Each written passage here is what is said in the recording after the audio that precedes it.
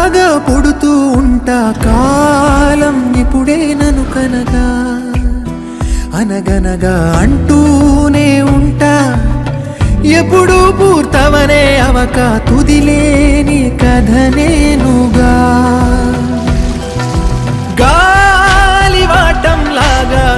ఆగే అలవాటే లేక కాలు నిలవదు ఏ చోట నిలకడగా ఏ చిరునామా లేక ఏ బదులు పొందని లేక